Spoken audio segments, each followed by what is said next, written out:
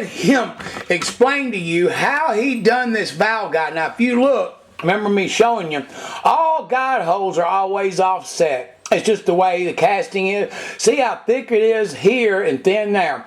Well, there's also, although you might not can see it, let me get my pointer. There is a big, tall hump on this. This is a 2.8 Chevrolet V6 head they made in the early 80s. They put on the Fieros and stuff. Okay, there is a big, giant hump right here, and that is too tall. It's getting in the way, and it's starting to separate and cause an airstream difference. So this is what he done. See how thin and thick it is. Now let's take a look at his answer to this, and then I'm gonna let him tell you what tools that he used. This is as good a job almost as I do with my carbides. I mean, that is just beautiful. All right, Tom, take over and point it out. Here's your pointer. Show us what tool you used and how you done that. Well, a lot of it was just the Dremel stone. I got a curved stone. I'll get the tool. Yeah, here. okay. Yeah, why don't you get that here? I've got the tools now to show you, and I'm impressed. It seems to be that the guiding light in his port job work seems to be the cutting saw that he uses as a raw material removal. Is that correct? Yes, sir. That's at the basing of every. Yes, sir. Now, he's going to show you how he did this, and this is pretty good. Go ahead, Tom. Well, what I used, I got a couple different things here. I got some chainsaw grinding stones as well, and some just regular cutoff wheels. Yeah, kind of get it here where they can see it and turn it at different angles. So something like the cutoff wheel, it fit real good in here, so I probably might have used it here to scrape that. Right, to and I probably used the same one to do this, and then when it wore out and got smaller, I kind of went in here and just started grabbing and pulling. And then maybe I'll use the chainsaw grinding stone here. Why do you call it chainsaw grinding? Well, because it's a chainsaw grinding stone. Oh, okay. You grind your chainsaws with it, and so. Oh, I've never done that. That's the reason it caught my attention when you said that. Once I got it fairly roughed out, just basically getting the casting marks off, and then just like what Tony was saying, bring these bullet noses up to get rid of that heavy cast there. And the offset, right? So you got it equalized. Unlike, let me go over here and show them and get a balance here. Okay. Now, what he's talking about once again is how offset that is, right? And then how tall that hump is. Yeah, you can see there's a lot of material there. So if you get something that you could just get in here and drag and be real careful, you could get rid of a lot of that stuff real quick. I would say, would you not, that maybe describing this is like shaving your face with a razor blade? It sure is. That's what I'm getting at. It's like shaving your face with a razor blade. Then when you get it roughed out to the point, if we switch over to this one right, here, let's go. Let me get the camera on. Yeah, when we come over to here, I got this here, these little like egg-shaped grinding stone, and then you could really get in here and really just use the stone as your shape. That's what I did. I just used it as a shape. Right. And then I started feathering it and blending it, and then it was like, see, I thought you was going to have problems with trenching, but I stuck my finger in here, and people, he did not make a trench. You understand what I'm saying, don't you, Tom? Yeah, digging down Digging down, right. It is flat level, just like one of my port jobs, and you're doing that with one of them stones. Yes, Now, sir. my next question, Tom, is how many stones did you go through to do this shit? Well, I went through a few of them, but you know, it was 4th of July weekend and I was bored, and I had most of these stones. And see, like this here chainsaw stone was nice because you could get in here on that sidewall and feather all of it in kind of where it's flat. You could get in there and feather wait a minute, I see what you did. Wait a minute, I see what you did. You use that rounded one to dig and corner. A little then bit. You use the chainsaw to straight to blend it and straighten the wall out. That's it. That's what I did, and it seemed to work out pretty good. Tom, that is exactly what I do when I take my eggs and I form my trenching. Then I'll use my straight, what I call a finger burr. When you see my video, you see that finger burr? See, I'm using the same thing, and I'm straightening and leveling. People, there is no trench up inside this port. It's like it is poured inside there. And it took a long time using stone, but I didn't have all the fancy cutters and all that, but the stone allowed me not to dig too deep too quick and ruin something. Right. So that's the thing I thought of. Okay, let me tell you how much you need to think about it. Okay, think about this.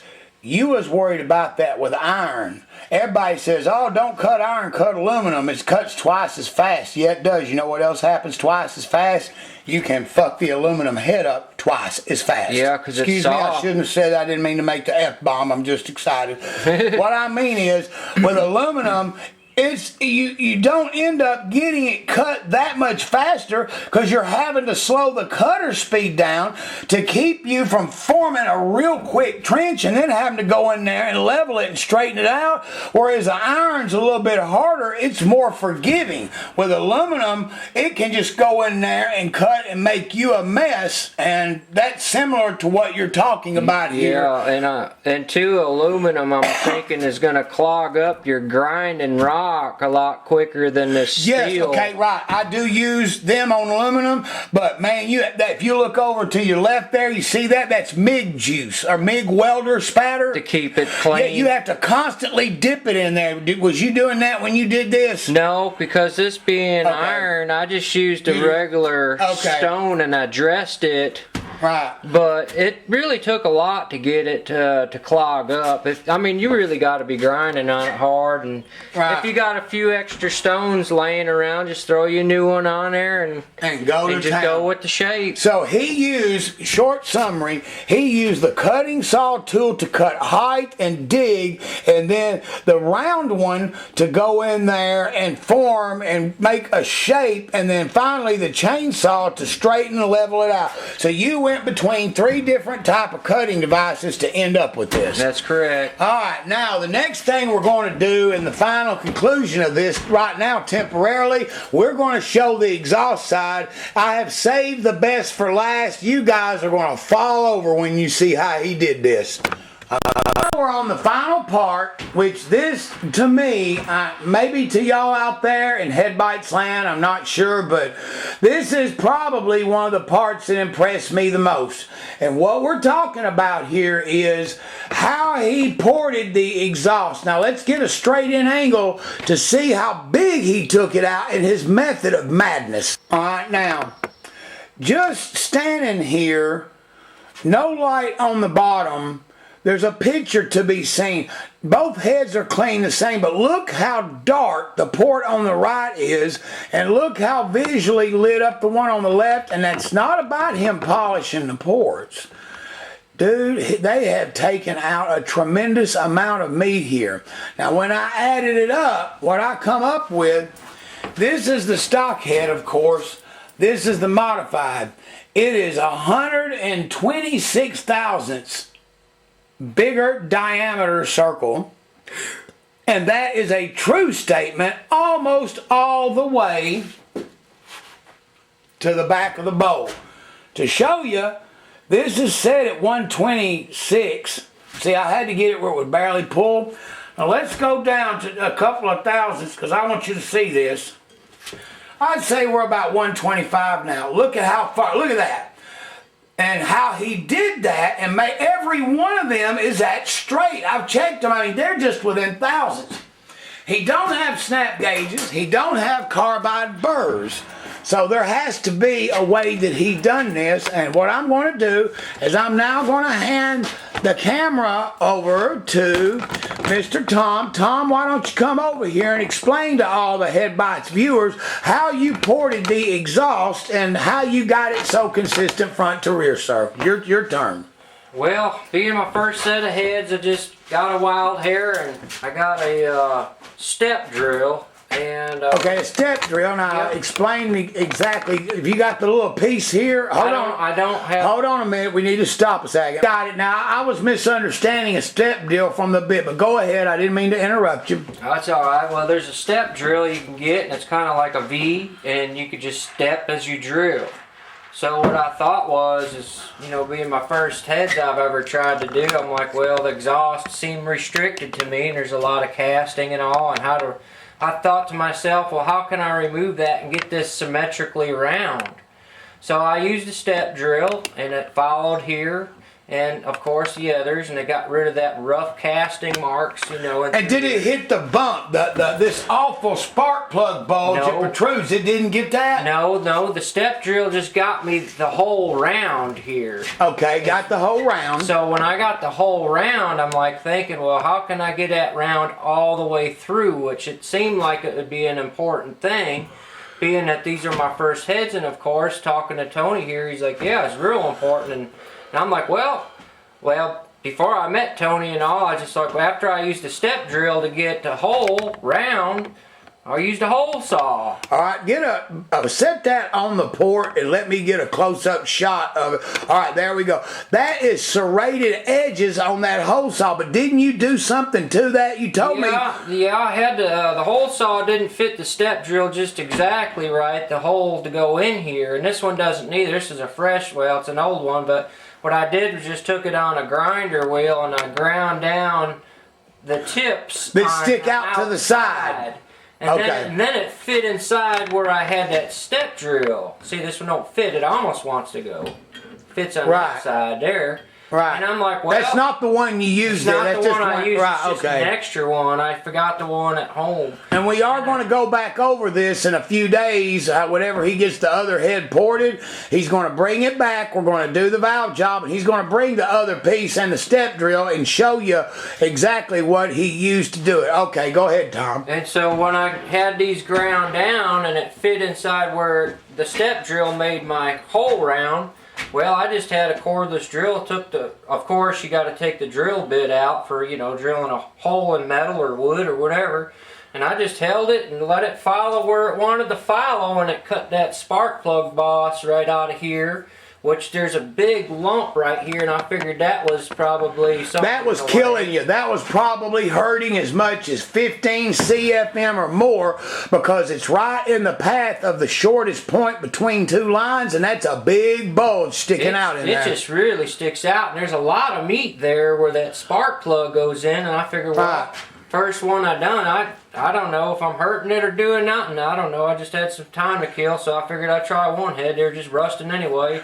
So I brought it over here and Tony said it looks pretty good. And so a hole saw, I just drilled in, and where it barely hit the roof here, and it cut the side of that spark plug boss right here out, just about. And then I just came in with the Dremel tools and feathered her in. That's about what I did with it. Wow. Well, now let me add something to it here so my viewers know something. The first thing I said to him is, I think you might have played with fire, because, let's use this for an example. Let me get a camera shot on it. Because here's the problem. When it stayed in line with that step drill, it followed the existing hole. Okay?